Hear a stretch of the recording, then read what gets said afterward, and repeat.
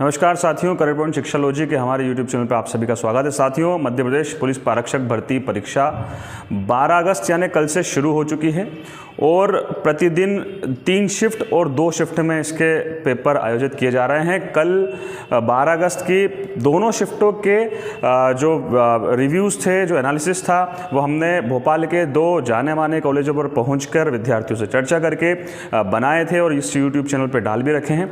Link description में है, आप उन्हें देख भी सकते हैं और अपनी परीक्षा का स्व आकलन भी कर सकते हैं, अपनी तैयारी का स्व आकलन भी कर सकते हैं। साथियों, आज 13 अगस्त है, 13 तारीख है। आज 3 शिफ्ट में पेपर हुए हैं और हम लेके आए हैं तीनों शिफ्टों के वो महत्वपूर्ण प्रश्न जो विद्यार्थियों की मेमोरी पे बेस्ड हैं, यानी कि जो परीक्षा देके विद्यार्थी जब परीक्षा केंद्रों से बाहर निकले हैं और उन्होंने अपनी मेमोरी के आधार पर बताए हैं कि भाई ये प्रश्न इन शिफ्टों में आए हैं।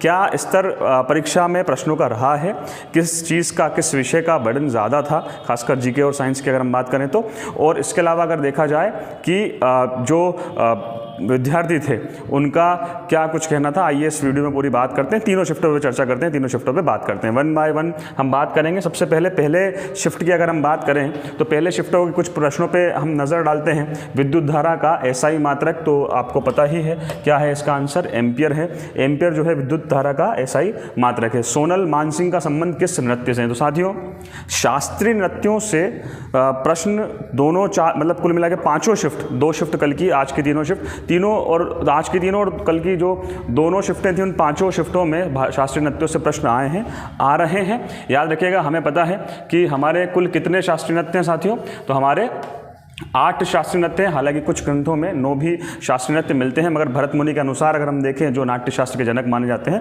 उनके अनुसार 8 शास्त्रीय नृत्य हमारे होते हैं। और इसमें उत्तर प्रदेश से आपको पता है कौन सा होता है, कथक होता है।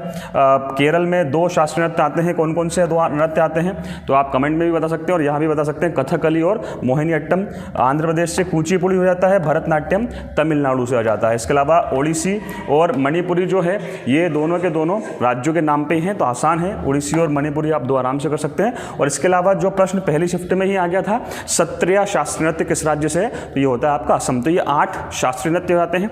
यहाँ पे देखिए पूछा गया है सोनल मानसिंह का संबंध किस नृत्य से, ये भरतनाट्यम, और भरतनाट्यम किस राज्य का है, मैंने साथियों अभी बताया है, तमिलनाडु इसका आंसर आता है। इसके अलावा अगर बात करें पंडित बिरजू महाराज का संबंध है किससे है, तो देखिए कथक से इसका संबंध है, इस चीज़ को याद रखिएगा। और कथक किस राज्य से है, अभी बताया आपको, यूपी से ये शास्त्रीय नृत्य संबंधित है, इसको आप याद रखिएगा। 24वें चुनाव आयुक्त कौन है? सुशील चंद्रा। तो साथियों, अभी 25वें चुनाव आयुक्त बन चुके हैं और कौन बने हैं आपको पता होगा मेरे ख्याल से, कौन बने हैं? राजीव कुमार। राजीव कुमार से पहले जो 24वें चुनाव आयुक्त थे, ये करंट का लगभग 4-5 महीने पहले का प्रश्न है, और वो कौन थे? सुशील चंद्रा, याद रखिएगा। इसके अलावा चलें, डांडिया कहाँ का नृत्य है? तो देखिए, चाहे लोक नृत्य हो, चाहे शास्त्रीय नृत्य हो, चाहे, और ये प्रश्न बहुत ज़्यादा पूछे जा रहे हैं, डांडिया कहाँ का नृत्य है, तो आप मेरे ख्याल से हम सभी लोग इससे परिचित भी हैं और कहीं ना कहीं डांडिया करते भी होंगे घरों में, है ना। तो गुजरात इस राज्य का इसका आंसर है। आगे चलते हैं। हड़प नीति किसने चलाई थी? ये प्रश्न भी आया गया है पहली शिफ्ट में। आज डलहौजी आपको पता है 1848 में इसने शुरू की थी। डॉक्ट्रिन ऑफ लैप्स के नाम से या व्यवगत सिद्धांत के नाम से इसको जाना जाता है। और पहला जो राज्य जिसने हड़प नीति के तहत मिलाया था वो महाराष्ट्र का सतारा था, इसको भी आप याद रखिएगा। इसके अलावा सबसे लंबी तटरेखा, एक प्रश्न पिछली शिफ्ट में आया था, कल की शिफ्ट में शायद आया था कि कितने राज्य तटरेखा से लगे हुए हैं, 9 आंसर उसका था। उनमें भी सबसे लंबी तटरेखा किसकी होती है साथियों?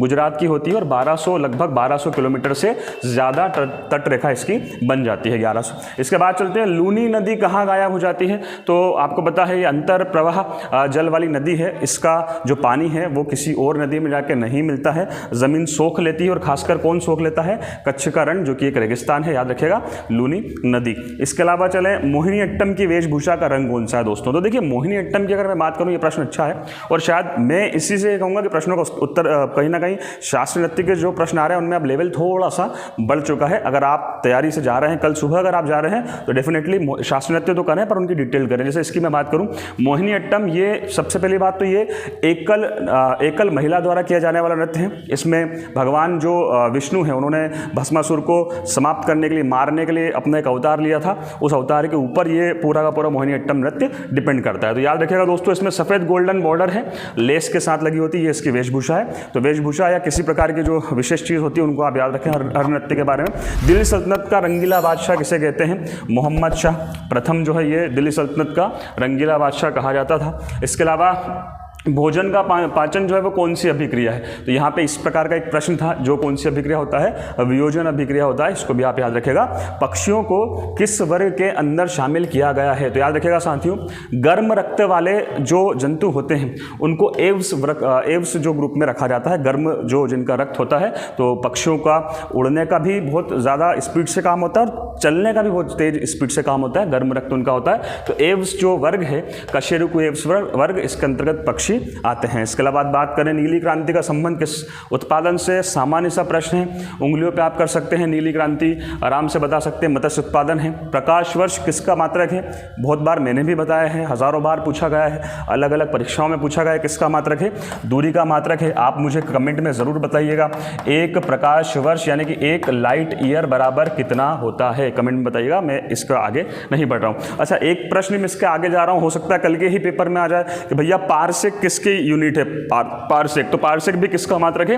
दूरी का। दूरी का प्रकाश वर्ष से भी जो बड़ा मात्रक है वो पारसेक है। तो यहाँ पे ये भी बताइएगा कमेंट में कि पारसेक जो है वो एक पारसेक बराबर कितने प्रकाश वर्ष होता है, ये बताइएगा। आगे बढ़ जाते हैं। वाहनों में कौन सी गैस का उपयोग होता है? आपको बताइए कौन सी गैस का उपयोग होता है दोस्तों? सीएनजी यानी कि कंप्रेस्ड नेचुरल गैस, ठीक है, याद रखिएगा। इसके अलावा अगर बात की जाए, अम्लीय वर्षा किस कारण से होती है? दो गैसें हैं, प्रमुख दो गैसें, दो चीज़ के ऑक्साइड होते हैं, सल्फर के ऑक्साइड होते हैं और नाइट्रोजन के ऑक्साइड होते हैं। ये दोनों के दोनों ऑक्साइड जो हैं ये जल के साथ मिलके सल्फ्यूरिक अम्ल और नाइट्रिक अम्ल बना लेते हैं, H2SO4 और HNO3 बना लेते हैं और वर्षा के जल के साथ बरस जाते हैं, जिसको कि अम्लीय वर्षा कहा जाता है। तो ये प्रश्न आया है। मध्य प्रदेश का लोक नृत्य से एक प्रश्न था, मार्च मध्य प्रदेश का लोक नृत्य आपको पता है।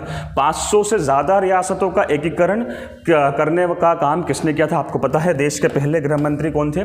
सरदार वल्लभ भाई पटेल, उन्होंने ही एकीकरण का काम किया था, इसको याद रखिएगा। एक प्रश्न था, काफ़ी अच्छा प्रश्न था, ईस्ट एशिया समिट, ये EAS का फुल फॉर्म, हालांकि प्रश्न फुल फॉर्म नहीं था, ये था कि भाई पूर्वी एशियाई जो सम्मेलन है EAS जो है, संभवतः हमने इसका यही मतलब निकाला है, मेमोरी पे था, किसी ने कहा था कि EAS जो है इसका प्रचलन, ये इसका प्रारंभ कब से हुआ है? तो EAS संभवतः ईस्ट एशिया समिट मेरे ख्याल से हो सकता है, इसलिए हमने इसको लिया है। अगर यही प्रश्न है तो इसका प्रारंभ कब से हुआ है?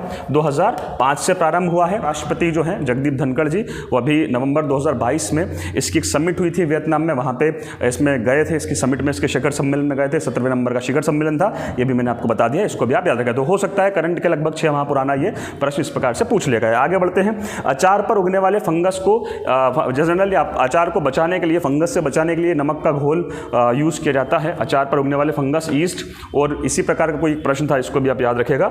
आगे बढ़ जाते हैं। सनक भरी नीतियों के कारण, ये अब देखिए साथियों, ये आ गई है सेकंड शिफ्ट। अभी तक जो प्रश्न थे लगभग 20-21 प्रश्न थे फर्स्ट शिफ्ट के थे।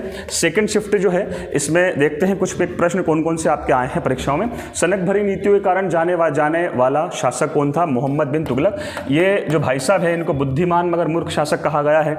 रक्त पिपासु इनको कहा गया है, क्योंकि इनके जो 5 काम थे उनके लिए इतिहास में बड़े ही प्रसिद्ध हुए काम, या इन कहें कि इनकी सोच अच्छी थी मगर इम्प्लीमेंटेशन या क्रियान्वयन इनका गलत था कहीं ना कहीं, या पब्लिक इनको समझ नहीं पाई, इसलिए सारे के सारे काम इनके फेल रहे। वर्तमान में राज्यसभा के उपसभापति कौन है?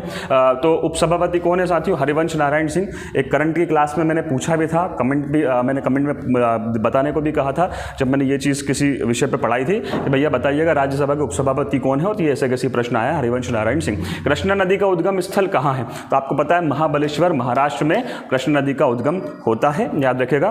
पश्चिमी घाट से इसका नदी का उद्गम होता है, इसको याद रखेगा। एंडीज पर्वत किस प्रकार का पर्वत है? किस प्रकार का पर्वत है दोस्तों? वलित। आपको पता है एंडीज पर्वत दक्षिण अमेरिका में है, सबसे लंबी पर्वत श्रृंखला है एंडीज, याद रखेगा। और ये किस प्रकार का पर्वत है? वलित पर्वत है। नेक्स्ट देखिए, नृत्य तो मेरे ख्याल से आप चाहे शास्त्रीय हो, चाहे लोक नृत्य हो, चाहे शास्त्रीय और भी कोई चीज़ें हो, तो आप उनको याद रखिएगा। जैसे उदाहरण के तौर पे मैंने एक बताया अभी आपको 8 शास्त्रीय नृत्य हैं। एक और नवा माना जाता है कुछ ग्रंथों के हिसाब से, और वो कौन सा होता है? छाऊ। तो अगर आप बताएं कमेंट में तो बताइएगा छाऊ जो है कहाँ का शास्त्रीय नृत्य है। इसके अलावा कालबेलिया कहाँ का नृत्य है? तो कहाँ का है साथियों? ये तो राजस्थान का है। आगे चलते हैं, सेकंड शिफ्ट के कुछ और प्रश्नों पर चर्चा करते हैं। ब्राह्मणों पर पहली बार जजिया कर किसने लगाया था? तो ये था फिरोज शाह तुगलक। तुगलक वंश का था, फिरोज शाह तुगलक जिसने लगाया था। किस शासक को लंपट मूर्ख कहा जाता है?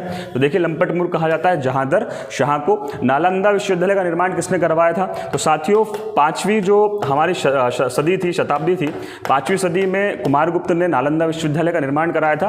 प्रश्न आया है परीक्षा में, बहुत आसान सा प्रश्न है। घूमर किस राज्य का नृत्य है?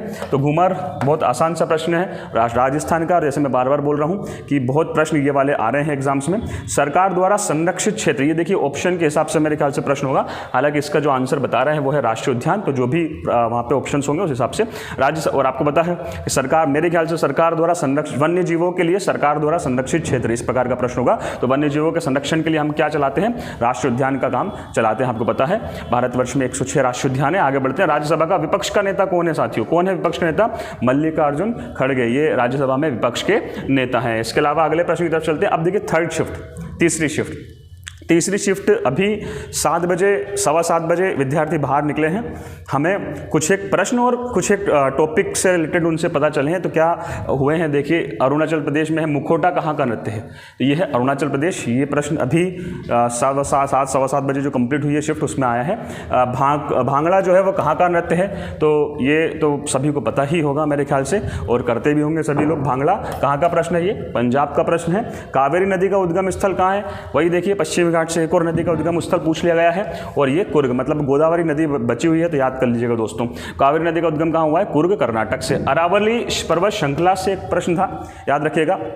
तो अरावली आपको पता है ना, अवशिष्ट पर्वत श्रृंखला है ना, राजस्थान में प्रमुख रूप से फैली हुई है, गुजरात से लेकर दिल्ली तक फैली हुई है, और दक्षिण पश्चिम मानसून जो होता है उसके दिशा के समानांतर ये पर्वत श्रृंखला है, शायद मैंने लेक्चर्स में बताया भी है पहले, जिसके कारण इसका एक भाग जो है राजस्थान का वो बिना पानी के रह जाता है, जहाँ पे थार मरुस्थल बन चुका है। तो अरावली पर्वत श्रृंखला से कोई एक प्रश्न था, याद रखिएगा। शिफ्ट में भारत रत्न से संबंधित भी कोई एक प्रश्न था, तो भारत रत्न भी दोस्तों याद रख लीजिएगा। संभवतः इन टॉपिकों से आने वाले कल या परसों या आने वाली शिफ्टों में प्रश्न पूछे जाएंगे, इनको बहुत अच्छे तरीके से याद रखिएगा। तो दोस्तों ये 3 शिफ्ट आज की 13 अगस्त 2023 की तीनों शिफ्टों के जो प्रमुख मेमोरी पे बेस्ड प्रश्न थे, जो बच्चों को याद रहे हैं, वो प्रश्न हम आपके सामने लेके आए हैं।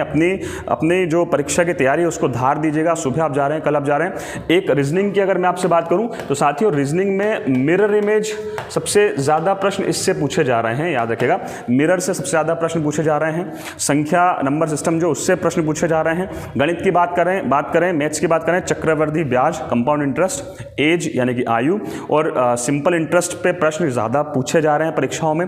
कुछ एक प्रश्न क्षेत्रफल वगैरह के भी थे, मगर सामान्य प्रश्न थे, मतलब 10वीं तक का गणित अगर आपका अच्छा है तो आप उनको भी आसानी से कर सकते थे। इस प्रकार के भी गणित के प्रश्न आ रहे हैं, मतलब बहुत ज़्यादा लेवल परीक्षा का नहीं आ रहा है, मतलब। और ये होता भी है, शुरुआत जो होती है वो कुछ इसी प्रकार से होती है वापम की परीक्षाओं की, मतलब कि जो प्रश्न आते हैं वो बहुत सामान्य से प्रश्न स्टार्टिंग में पूछे जाते हैं, इतने अच्छे प्रश्न पूछे जाते हैं कि सामान्यतः यहाँ विद्यार्थियों के नंबर जो हैं वो 80+ तक भी आ जाते हैं। 100 नंबर की अगर पेपर की हम बात करें तो 80+ भी आ जाते हैं, तो आ भी रहे हैं। वहीं अगर बात करेंगे जैसे जैसे अब पेपरों का समय बढ़ता जाएगा, जैसे जैसे शिफ्ट बढ़ जाएंगे, दिन बढ़ जाएंगे, वैसे वैसे अच्छे प्रश्न, आसान प्रश्न कहीं ना कहीं कम होते जाते हैं और मिक्स्ड प्रश्न आने की संभावनाएं बढ़ती जाती है। हालांकि मैं ये कहूँगा ऐसा ज़रूरी नहीं है कि अगर शास्त्रीय नृत्यों से प्रश्न आ रहे हैं तो डेफिनेटली ऐसा कोई निश्चित नहीं है कि परसों के दिन भी इन्हीं में से प्रश्न आए, 4 दिन बाद भी इन्हीं में से प्रश्न आए, या इन्हीं टॉपिकों में से प्रश्न आए। आप ये सिर्फ एक दिशा देने के लिए ये प्रश्नों का एक आकलन होता है। मैंने दिशा देने का काम आपको किया है। आप अपने स्तर पे तैयारी को मजबूत करिए, अपने आप पर भरोसा रखिए और हमारी तरफ से शुभकामनाएं पाइए ताकि आपका जो एग्जाम है वो बहुत बेहतर जाए। इसके अलावा कोई प्रश्न हो तो हमें कमेंट में ज़रूर बताएं। जय हिंद।